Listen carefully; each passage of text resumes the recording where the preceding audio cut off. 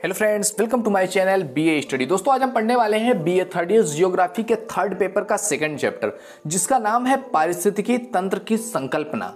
तो आज हम पढ़ने वाले हैं ये जो क्वेश्चंस इससे आते हैं ना, बहुत इंपॉर्टेंट है आपका पारिस्थितिकी। ये आपसे बहुत सारे एग्जाम से पूछा गया है। 2018, 2019, 2008, 2012, 2011, 2015, 2016, 2019 लगातार पूछे गए। कई यूनिवर्सिटीज में पूछे गए। बहुत ज़्यादा इंपॉर्टेंट है ये क्वेश्चन। तो सबसे पहले आज हम जानने वाले हैं कि पारिस्थितिकी तंत्र होता क्या है। तो इसके बारे में जानने के लिए सबसे पहले हम शुरू करते हैं पारिस्थितिकी तंत्र के बारे में कि तो पारिस्थितिकी तंत्र की जो संकल्पना है और सिद्धांत है, इसके कुछ आधारभूत नियम हैं तथा सिद्धांत हैं जो समस्त जीवधारियों के विभिन्न प्रकार से इसको प्रभावित करते हैं और उनको नियंत्रित करके चलते रहते हैं। पौधों और वस्तुओं में, पौधों और जंतुओं में इन सब का एक उद्भव का एक विवरण, एक प्रजातियों का कैसे विलोप हुआ, जैविक अनुक्रम, जैविक समुदायों के विभिन्न संघटकों में ऊर्जा का उपयोग जो है वो स्थानांतरण कैसे हुआ, विभिन्न जैव भू रासायनिक चक्रों द्वारा जैविक अजैविक पदार्थों का चक्रण और पुनर्चक्रण, जीवधारियों में आपसी अंतर संबंध क्या है, पारस्परिक क्रिया क्या है, जीव कार्य क्या है, भौतिक पर्यावरण क्या है, इसमें सब कुछ ये सारी चीजें परिस्थिति के अंतर्गत आती है कि परिस्थिति आपकी क्या है। और इसके बाद अगर बात करें इससे पारिस्थितिकी तंत्र के संदर्भ में, तो पारिस्थितिकी तंत्र का कुछ नियम है, कुछ संकल्पनाएं हैं जिसके आधार पर ये सारी चीजें जो हमने अभी डिस्कस किया है, ये सारी चीजें हैंडल की जाती है, नियंत्रित की जाती हैं। तो उसके पीछे कुछ संकल्पना है, कुछ रूल है।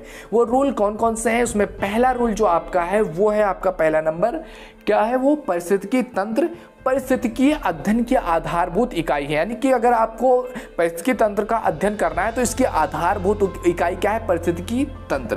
क्योंकि इसकी जो रचना है ना वो जैविक तथा भौतिक दोनों घटकों से होती है। अर्थात पारिस्थितिकीय तंत्र जो है वो एक एकल संकल्पना होने के नाते भौतिक पर्यावरण और पौधों और जंतुओं सबको एक ढांचे में एक साथ जोड़ करके रखती है। इसलिए पारिस्थितिकी तंत्र जो है पारिस्थितिकीय अध्ययन करने की एक आधारभूत इकाई है। सेकंड आपका है कि समस्त जीवन मंडल जो है वो बृहत्तम माप पर पारिस्थितिकी तंत्र है। यानी कि जीवमंडल के जैविक और अजैविक जितने भी संगठन हैं वो सभी कई तरह से जो है बृहत् स्तरीय चक्रीय प्रक्रियाओं द्वारा एक दूसरे से बड़े घनिष्ठ रूप से जुड़े हुए हैं। इन चक्रों में महत्वपूर्ण क्या है? जलीय चक्र हो गया आपका, रासायनिक तत्व चक्र हो गया, अवसाद चक्र हो गया तथा एक दिशीय ऊर्जा का प्रवाह। ये चक्र जो है वो ऊर्जा जो होती है, ऊर्जा जल रासायनिक तत्वों में जीवमंडल के विभिन्न संगठनों में एक दूसरे को जोड़ करके और एक दूसरे को ट्रांसफर करते रहते हैं, स्थानांतरण करते रहते हैं।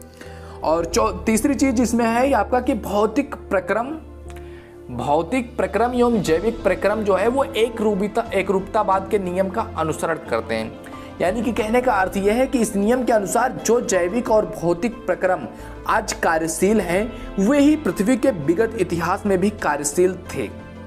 यद्यपि उनके जो परिणाम है, उनकी जो तीव्रता है, उनका जो आवृत्ति है उसमें अंतर आया है। ये प्रक्रम भविष्य में भी कार्यशील होंगे, परंतु इनके कार्य करने की जो शैली है, इनके जो है काम करने का इस समय जो वर्क कर रहा है और आगे इसका प्रक्रम क्या आएगा उसमें चेंज आएगा, उसमें परिवर्तन होगा। क्योंकि मनुष्य जो है वो अपने क्रियाकलापों द्वारा पर्यावरण को प्रभावित करता रहता है।